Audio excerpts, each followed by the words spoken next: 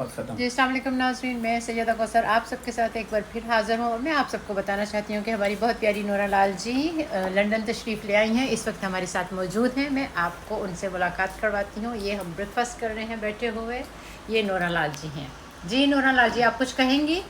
अस्सलाम वालेकुम, hi everyone, कैसे हैं? मेरी तरफ से आप सबको जश्न ज़ादी मुबारक। और इस टाइम पे हम एक जगह पे बैठे हुए और खाना खा रहे हैं, बल्कि नाश्ता कर रहे हैं। और आ चुके हैं 16 का जो शो है हमारा साउथ हॉल में।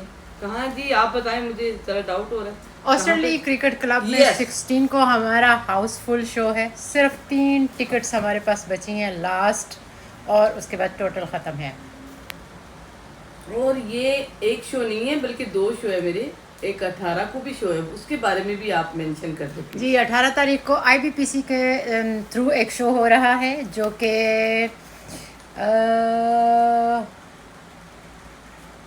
मे फेयर में, थैंक यू याद करवाने के लिए, मैं तो भूल गई थी।